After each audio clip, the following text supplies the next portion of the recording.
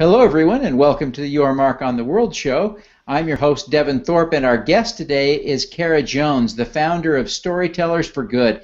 Cara, thank you so much for joining us. Thank you, Devin. Really excited to be with you this morning. Well, the honor is all ours, my heavens. With the great work you do and the awards and recognition you've received, we're just honored to have you with us today. Tell us about what Storytellers for Good is, because that's so important for the context of our discussion. Yeah, sure. Well, shall I tell you about my journey to it, or shall I tell you what it is first? Tell us what it is, then we'll do your journey. Okay, good. I'm all about the journey. So Storytellers for Good, we're a team of producers and videographers, and we work with change makers and those in the nonprofit space to help them craft inspiring stories that they can use to further their work in the world, generate income, fundraise, all the things that they need to make the maximum impact. That is just wonderful work. So tell us how it is that you came to be doing that. So yeah, it's a long journey. And I actually used to be in the television news industry many years ago. It feels like another lifetime now. But yeah, right out of school, I thought I was going to go to law school, and I instead chose to just try my hand at TV news. And I had no experience, so I moved to a little town called Naples, Florida, and which I had never heard of at the time, and just put in my time, covering stories about sea turtles and manatees and D-level celebrities that would come through town, and so it was a wonderful adventure. And but what I quickly found was that there were limitations to small town news, and I always aspired to get to a big city news station, and so I finally got a dream job of sorts and moved to Boston, which is where I was living before I moved to Florida. So it was very exciting. It felt like going home, and I really felt like I had arrived in the world. I worked at this brand new $50 million station and had a helicopter and big trucks and felt very important for a few weeks. But what I quickly realized was that in big city news, on any given day, there's going to be some tragedy happening somewhere. And so I all too often found myself outside of crime scenes and chasing people out of courtrooms. And I had one experience in particular where I was asked to cover a car crash one morning. It was a big pileup on a freeway, and unfortunately someone was killed. And I was asked to go to the doorstep of a person that was killed that morning, and like we always did, along with a videographer, we went hoping that it would be the wrong address, that the person wouldn't be home or the family wouldn't be home. And sure enough, there was a young woman on the doorstep of this address, and when she saw this big news truck, she ran out to me and she asked what had happened to her mother. And apparently her father had told her that something had happened and she should stay home, and then she looked online and saw there was this huge pileup in a car that she, in combination with us showing up at her doorstep, figured it out before my eyes. And it was the worst day of my professional career, and the day that I decided that I didn't want to be a part of that form of storytelling anymore. And to get through the remaining months of my contract, I started seeking out inspiring stories. And it was in part because I wanted to share those stories, and in part because I needed those stories to handle and offset so many of the other ones that I was a part of telling. And so, I went out and found people like this young woman who, at 3 years old, was shot by a stray bullet and paralyzed for the rest of her life, but had the most positive attitude and was just inspiring everyone around her. And this young man who was blind and autistic, but could play 27 instruments. This young family that had their daughter killed by a drunk driver when she was 16, and in their 40s, they decided that they weren't done growing the love in their family, and so they decided to try to have more kids, and they ended up having, through in vitro, triplets.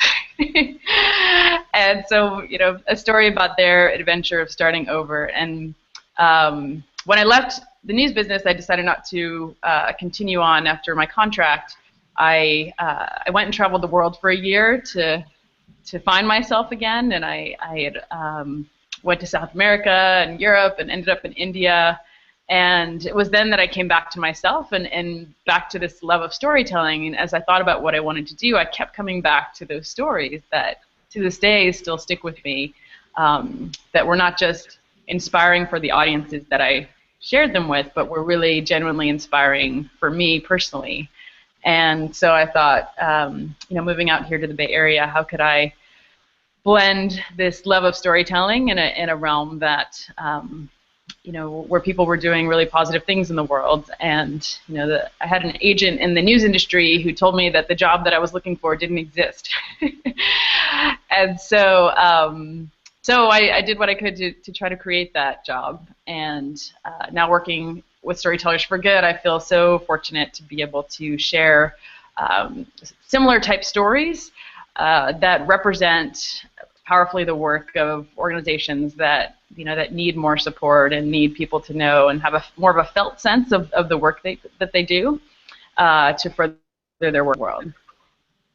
Well, you're doing just amazing work, and you are getting to meet somewhat like me. I hate to draw an analogy of myself to you because this story is about you, not me. But you get to meet great people all the time and discover the great stories of the great people. Can you tell us some of those great stories? Just share a few with us. Sure.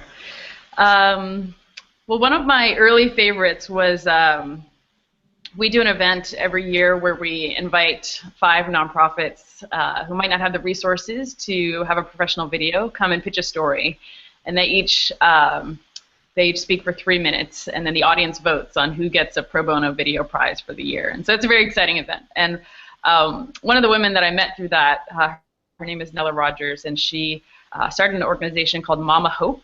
And the story is that she had her mother had passed away suddenly. She was the only daughter of her mother, and her mother was her family, and she passed away suddenly from cancer. And a few months later, her daughter had an opportunity to go to Africa and Kenya, and as she was there, she remembered that her mother had sponsored this young man in Kenya, sponsored long-distance type relationship, and she thought, maybe I could meet him while I'm here. And so she went and met this young man and had this beautiful connection with him, and came to realize that her mother had actually sponsored a whole village of women who were struggling with HIV and children who had lost parents as a result of that.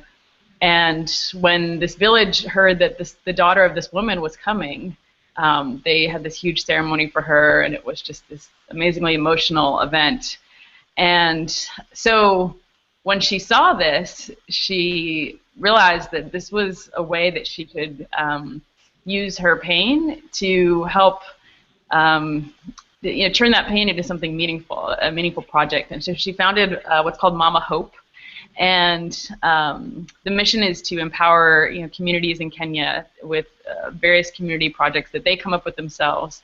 And it was such a powerful lesson for me in turning grief. Nyla has this great line in our video that you can see on our website, which is the grief is just a form of love, and when you can take that grief and turn that love into something meaningful for other people, it allows the person that you're grieving to live on in a way. So that lesson and that story has really stuck with me. Another one is I'm thinking of these homeless marathon runners that I had a chance to do a story on in Chicago. And there was this one young man, Isaac, who had been in jail from about 18 to 32, so a good chunk of his life for a crime he had committed. And he just talked about the cycle of homelessness that he was in, and it was like being in a box his whole life, and how the process of running and having a goal and something small that he did every day slowly started to break him out of this box. And anyway, we follow him to the race, and he finishes the race, and he has this great, feeling of triumph. He feels like he won the lottery, and he's just beaming, and and he just talks about how you have to choose to step out of the box, and I decided that I was going to step out of that box, and the box wasn't going to define me anymore. So that was one that really stuck with me. Very inspiring stories, and it's really special that you've had the opportunity to share those kinds of stories. I imagine that a lot of the stories you make are for large organizations that can afford to pay you to make them, but those are still meaningful stories as well, aren't they? Oh, absolutely, absolutely. And one of the things I think I really can bring to organizations is the perspective that even as big as you are, the best way to impact people is to whittle that big story down to a personal level.